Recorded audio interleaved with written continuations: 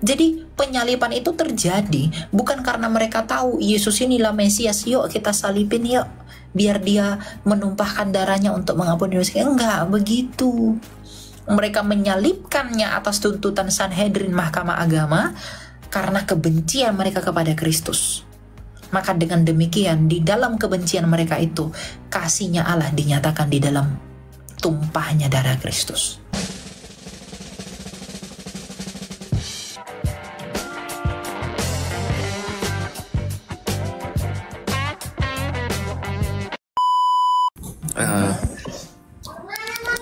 Peristiwa penyaliban Tuhan itu kan banyak yang terlibat, maksudnya dia yang menyalibkan, kemudian dia yang mencambuk dan lain sebagainya.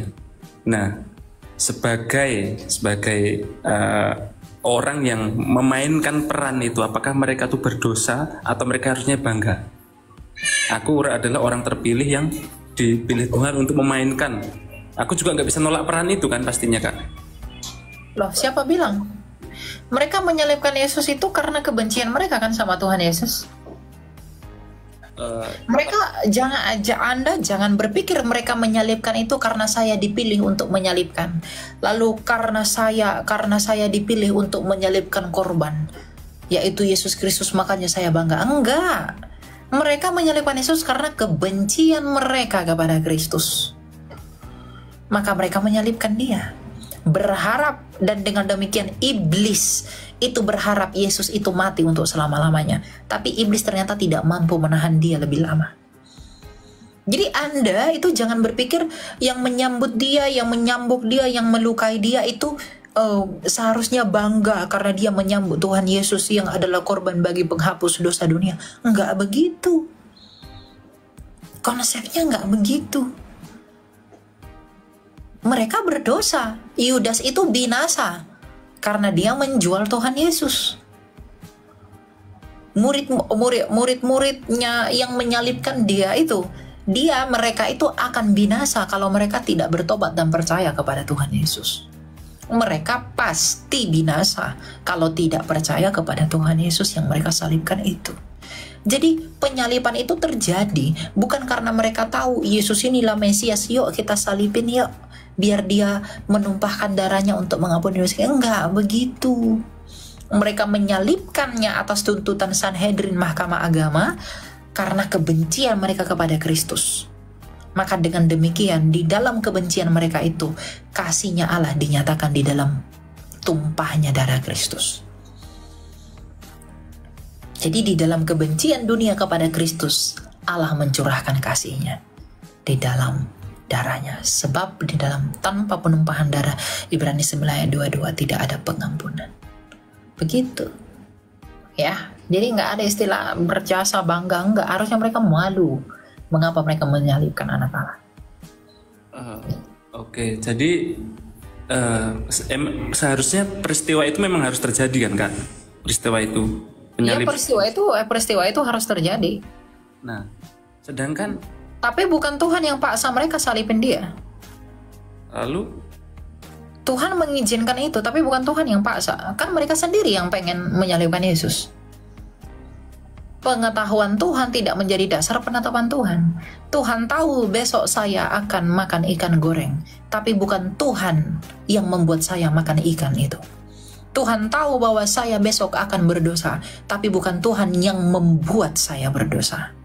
Kalau Tuhan tahu besok saya akan membunuh cacing, maka saya harus membunuh cacing. Karena pengetahuan Tuhan tidak boleh gagal, tetapi bukan Tuhan yang memaksa atau memprogram saya untuk makan cacing. Tuhan tahu bahwa ketika anaknya diberikan, dunia akan menyalibkan dia, tetapi bukan Tuhan yang memaksa orang menyalibkan dia. Dengan demikian, pengetahuan Allah tidak menjadi dasar penetapan Allah dan penentuan Allah.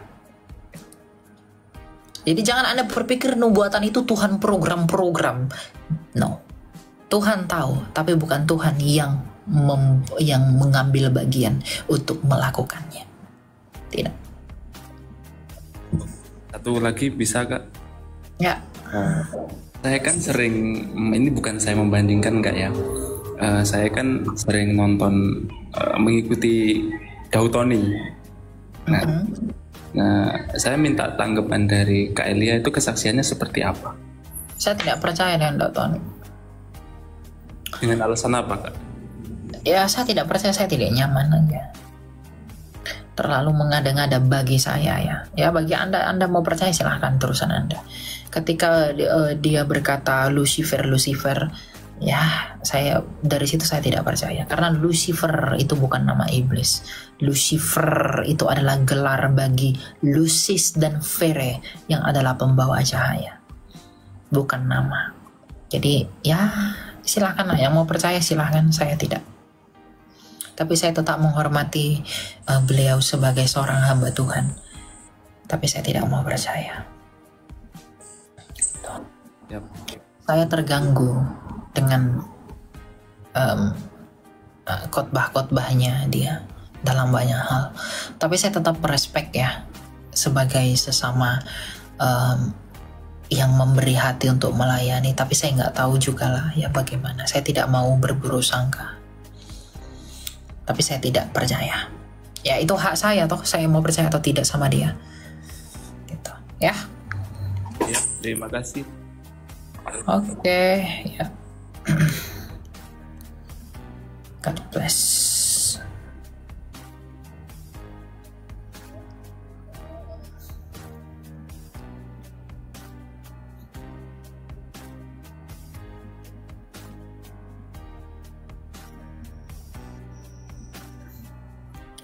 Itu urusanmu mau percaya, namun kata Bible Yesus itu utusan. Gak pernah baca kau. Silakan Andika. Halo? Ya bang, Saya mau tanya apa Pak? Silakan. kenapa Yesus meninggal bang? Kenapa Yesus meninggal? Kan dia Tuhan bang. Iya, dia memang mati karena dia memberikan nyawanya untuk mati. Yohanes 10 ayat 17, dia mengizinkan orang membunuh dia. Ya, Yohanes 10 ayat 17, aku memberikan nyawaku bagi domba-dombaku. Jadi Tuhan Yesus dia tahu orang-orang akan menyalibkan dia, dan dia mengizinkan orang-orang yang menyalibkan dia itu melakukan apa yang mereka mau. Dengan demikian dia memberikan nyawanya. Jadi Tuhan Yesus datang ke dunia ini ya dia tahu dia akan mati.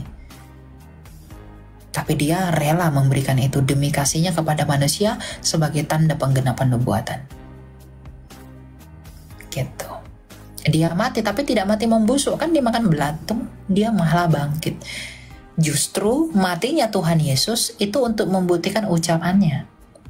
Tuhan Yesus berkata, akulah kebangkitan dan hidup. Barang siapa yang percaya kepadaku, ia pasti tidak akan binasa. Ia akan hidup walaupun ia sudah mati. Artinya apa? Bagaimana caranya Tuhan Yesus membuktikan bahwa dia adalah kebangkitan kalau dia tidak mati? Justru dia mau membuktikan bahwa dia adalah kebangkitan dan hidup itu dengan mati dan juga bangkit. Karena dia adalah sang hidup dan dia itu bangkit dari kematian. Itulah Allah kami yang bisa melakukan segala sesuatu. Dia mati dalam keadaannya sebagai manusia, Filipi 2. Untuk membuktikan bahwa dia adalah Allah sang pemilik hidup. Ada nggak yang bangkit kembali selain Yesus dalam sejarah? Tidak ada. Hanya dia saja yang sulung. Maka dengan kebangkitannya atas kematian, itu membuktikan bahwa ia menang atas kematian itu sendiri.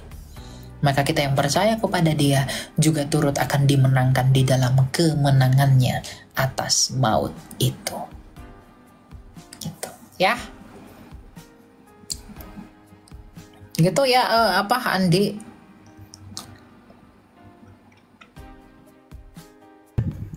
Oke, kita lanjut ya.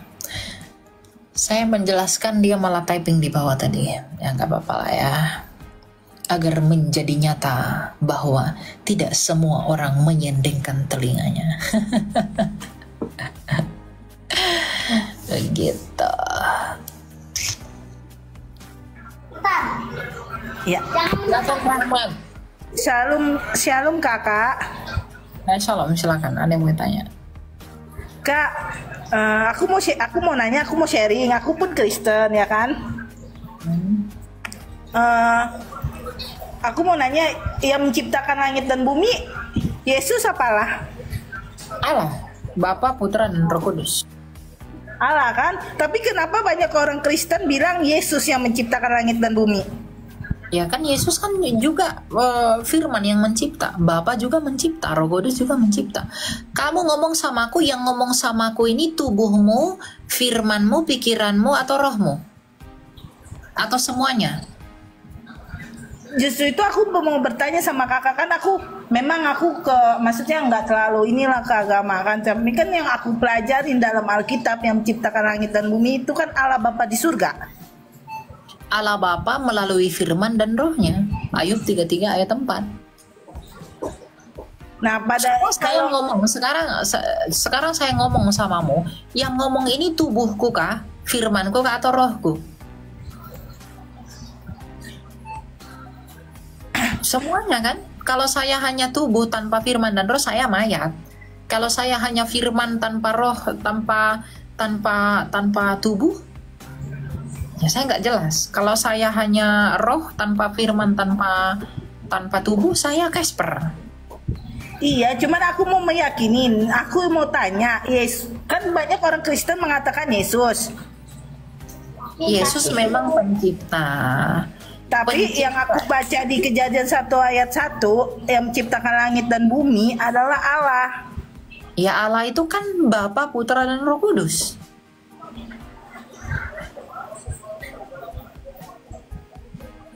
Allah itu kan Bapa dan Anak dan Roh Kudus. Itu Allah. Berarti yang mencipta itu Bapa dan Anak dan Roh Kudus. Sang Bapa berarti bersama. Allah ya. Berarti yang ciptakan Allah ya, bukan Yesus. Allah itu kami nggak kenal. Siapa itu Allah itu kami nggak kenal. Allah Bapa, berarti laki-laki ya kak ya. Berarti punya ibu kan? Allah itu kami nggak kenal, karena Allah itu adalah Tuhannya umat lain yang diperkenalkan di abad ke-7. Di abad pertama kami tidak mengenal Allah, gitu. Jadi kami nggak kenal Allah itu siapa, gitu ya. Karena itu Tuhannya umat lain, ya. Kami tidak percaya dengan itu, dengan keberadaan Allah kami nggak percaya. Dan Allah itu, Allah di iman lain itu bukan Bapa, karena Allah di iman lain itu tidak pernah disebut sebagai Bapa. Jadi kalau Bapa yang di surga itu, Ya, apakah pernah umat Bapa di surga itu bukan Allah. Bapa di surga itu adalah Allah yang Maha Kuasa, Sang Bapa. Ya, Allah itu kami nggak kenal. sang Bapa berarti laki-laki, berarti punya istri. Ya, itu kalau kamu memahaminya dengan bahasa Indonesia ya akan jatuh kepada pengertian itu. Dia disebut Bapa bukan karena dia laki-laki. Dia disebut Bapa karena dia adalah sumber segala sesuatu. Yesus disebut anak karena sang Bapa melakukan segala sesuatu melalui firman. Sama seperti saya melakukan segala sesuatu itu menggunakan firman saya. Saya ngomong sama kamu itu melalui firman saya jadi suara. Saya membentuk batu ini menggunakan firman saya yang jadi batu. Jadi pasangan Kristen yang Kristen itu pasangan saya Islam dari bayi, kakak ini bawah. Dia cuma bertanya itu doang, meyakinkan itu. Karena yang dia baca di Alkitabnya dia kan yang menciptakan langit dan bumi kan Bapa, bukan Yesus. Dan saya pun sudah meyakinkan tidak ada Tuhan selain Allah. Yesus itu pencipta. Baca Yohanes 1 ayat 3. Tak satu pun yang telah dijadikan tanpa Yesus. Baca Yohanes 1 ayat 3. Jadi Tuhan Yesus adalah pencipta, betul sekali. Sang Bapa adalah pencipta, betul sekali. Roh Kudus adalah pencipta, betul sekali. Ayub 33 ayat 4.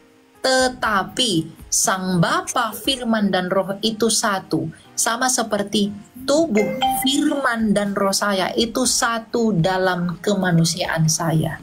Bapa, Firman, dan Roh Kudus itu satu dalam kealahannya. Allah yang satu itu bukan Allah seperti batu, bukan seperti satu batu ini. Ya, makanya Tritunggal itu berbicara tentang kebagaimanaan Allah, bukan berbicara tentang apa? bukan berbicara tentang berapa Allah. Ya, Trinitas itu tidak berbicara tentang berapa Allah, Trinitasnya berbicara tentang bagaimana Allah. Jadi Sang Bapa apakah pencipta? Betul, pencipta. Yesus yang adalah firman apakah mencipta? Pencipta. Roh Kudus apakah pencipta? Pencipta. Sama seperti saya. Kalau saya menciptakan gelas ini, tubuh saya menciptakan. Firman saya ikut mencipta, roh saya ikut mencipta. Tapi apakah ada 3 pencipta? Tidak ada. Hanya satu pencipta gelas, yaitu Elia.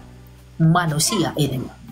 Nah, kalau Sang Bapa mencipta, Roh Kudus mencipta, Yesus mencipta, apakah ada 3 pencipta? Tidak, hanya satu pencipta, yaitu Allah Tritunggal. Sang Allah. Ya kan Allah, bukan Yesus. Yesus itu kan anaknya. Ya kan ku bilang dari kemarin Allah. Yesus itu Nggak manusia.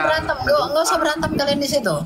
Yang mencipta itu Yesus, Bapa, dan Roh Kudus. Sama Yesus seperti itu manusia. tadi yang saya katakan, memang Yesus manusia, dia datang sebagai manusia. Gitu. Karena Yesus adalah firman yang jadi manusia. Gitu. Ya. Di sini Jadi aku kami- nggak acting loh kak, aku nggak acting, justru itu aku mempertanyakan karena aku nggak tahu dan kurang tahu. Wajar dong ya kan kak kita bertanya. Gitu. Jadi kita itu mengenal Allah yang tidak kelihatan melalui firman-Nya yang jadi manusia. Gitu. Kan? Kalian lagi ngapain? Lagi pukul-pukul piring kah kalian di belakang itu? Atau lagi Enggak apa? kak, Kok berisik banget di belakang? Jangan berantem ya. Kalian pacaran suami istri atau apa? anak Tuhan nggak berantem. Enggak, kalian pacaran kah atau apa? Hah? Ini mau menjenjang ke pernikahan. Oh, lalu mau menikah beda agama begitu? Justru itu ini lagi kita perdebatkan. Ya, saran saya sama kamu adalah jangan meninggalkan Kristus. Iya. Ya. Jangan meninggalkan ya. Jangan meninggalkan Kristus. Untuk apa kamu mendapatkan lelaki tapi kamu kehilangan hidupmu? Untuk apa kamu mendapatkan cinta dari manusia tapi kamu kehilangan cinta dari Allah? Untuk apa kamu mendapatkan kekayaan tapi kamu tetap miskin di hadapan Allah? Untuk apa kamu mendapatkan kenikmatan bagi dunia ini tapi kamu tidak mendapatkan hidup? Nah, saran saya hanya itu ya.